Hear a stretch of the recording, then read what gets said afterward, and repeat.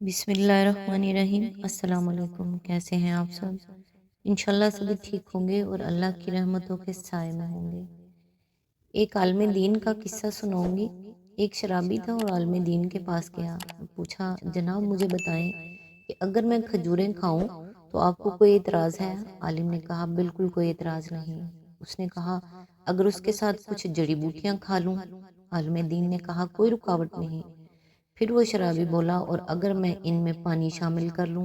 आलिम बड़े शौक से, पियो। जब ये सारी चीज़ें जायज़ और हलाल हैं तो फिर आप शराब को क्यों हराम कहते हैं? हालांकि इसमें यही चीज़ें तो हैं जिनके खाने और पीने की इजाज़त आप दे रहे हैं, यानी खजूरें, पानी और जड़ी बूटियाँ। आलिम दीन ने कहा, अगर तुम्हारे ऊपर पानी फेंका जाए तो इस पर तुम्हें कोई एतराज़ होगा? उसने कहा, हरगिज़ नहीं, पानी से क्या फ़र्क पड़ता है? आलिम दीन, अच्छा, अगर इस पानी में मिट्टी घोल दी जाए तो तुम इससे मर जाओगे? तो उसने कहा, जनाब मिट्टी से मैंने किसी को मरते हुए नहीं देखा। आलिम ने कहा, अगर मैं मिट्टी और पानी लूं और इनको गूंद कर एक ईंट बना लूं और उसे खुश्क करके तुम्हें दे मारूं, तो क्या ऐसा करने पर तुम्हें कोई एतराज है? उसने कहा, जनाब इससे तो आप मुझे कत्ल कर देंगे। आलिम ने कहा, शराब का भी यही हाल है। अल्लाह पाक ने हमको जिस बात से भी रोका है इसमें कोई ना कोई हिकमत है। हमको अपनी तरफ से तवीलें नहीं घड़नी चाहिए, बल्कि अल्लाह के अहकामात की पैरवी करनी चाहिए। आज इंशाल्लाह सूरह यूनुस की आयत नंबर 5 से स्टार्ट करेंगे। औज़ु बिल्लाहि मिनश शैतानिर रजीम। बिस्मिल्लाहिर रहमानिर रहीम। वही है जिसने सूरज को जगमगाता बनाया और चांद को चमक दी और चांद के घटने बढ़ने की मंजिलें ठीक ठीक मुकर्रर कर दी ताकि तुम उससे बरसों और तारीखों के हिसाब मालूम करो। अल्लाह ने ये सब कुछ खेल के तौर पर नहीं बल्कि बामकसद ही बनाया है। वो अपनी निशानियों को खोल खोल कर पेश कर रहा है उन लोगों के लिए जो इल्म रखते हैं। आयत नंबर 6, यकीनन रात और दिन के उलट फेर में और हर उस चीज़ में जो अल्लाह ने ज़मीन और आसमानों में पैदा की है निशानियां हैं उन लोगों के लिए जो गलत बीनी गलत कारी से बचना चाहते हैं। इसकी तफसीर है, ये अकीदा आखिरत की तीसरी दलील है। कायनात में अल्लाह ताला के जो काम हर तरफ नज़र आ रहे हैं, जिनके बड़े बड़े निशानात सूरज और चांद और लैलो नहार की गर्दिश की सूरत में हर शख्स के सामने मौजूद हैं, इनसे इस बात का नहायत वाज़ह सबूत मिलता है कि इस अजीमुल शान कारगाह हस्ती का खालिक कोई बच्चा नहीं है जिसने महज खेलने के लिए ये सब कुछ बनाया हो और फिर दिल भर लेने के बाद यूं ही इस घरौंदे को तोड़ फोड़ डाले। सरी तौर पर नजर आ रहा है कि इसके हर काम में नज्म है, हिकमत है, मसलहतें हैं और जर्रे जर्रे की पैदाइश में एक गहरी मकसदियत पाई जाती है। बस जब वो हकीम है और इसकी हिकमत के आसार वो अलाइम तुम्हारे सामने इलानिया मौजूद हैं, तो इससे तुम कैसे ये तवक्को रख सकते हो कि वो इंसान को अकल और इखलाकी जिम्मेदारी की बिना पर जजा और सज़ा का जो इस्तेकाक लाजमन पैदा होता है इसे यूं ही महमल छोड़ देगा। इस तरह इन आयात में अकीदा आखरत पेश करने के साथ इसकी तीन दलीलें ठीक ठीक मंतकी तरतीब के साथ दी गई हैं।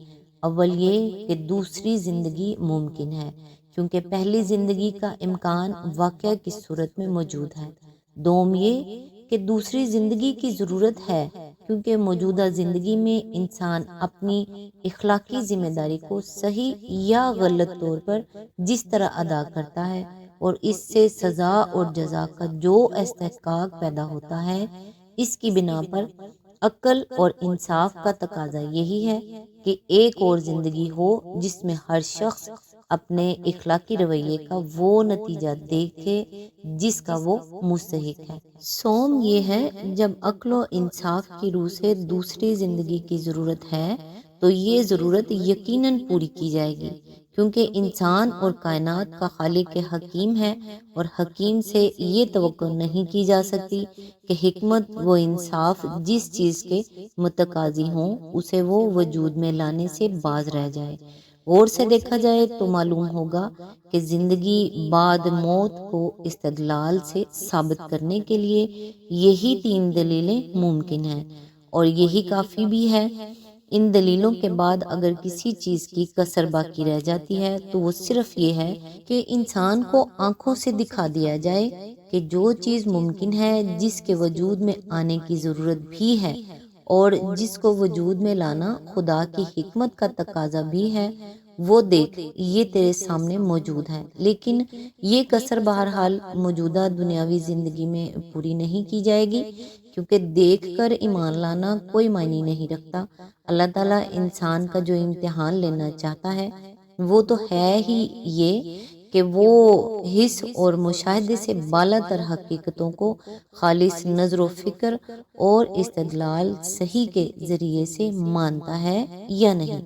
اس سلسلے میں ایک اور اہم مضمون بھی بیان فرما دیا گیا ہے جو گہری توجہ کا مستحق ہے۔ فرمایا کہ اللہ کی نشانیوں کو کھول کھول کر پیش کر رہا ہے ان لوگوں کے لیے جو علم رکھتے ہیں، اور اللہ کی پیدا کی ہوئی ہر چیز میں نشانیاں ہیں ان لوگوں کے لیے جو غلط بینی، غلط روی سے بچنا چاہتے ہیں۔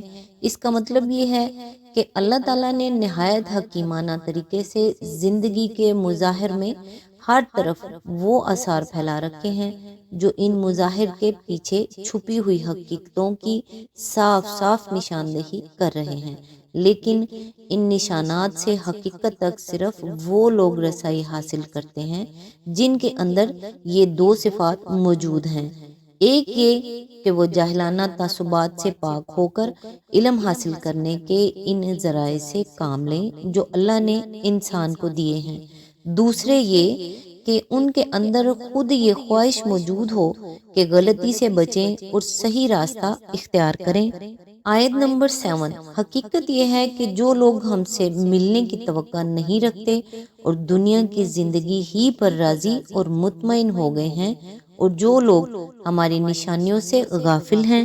آج تک کے لیے بس اتنا ہی۔ نیکسٹ انشاءاللہ آیت نمبر 8 سے سٹارٹ کریں گے۔ تب تک کے لیے دعاؤں میں یاد رکھیے گا۔ اللہ حافظ۔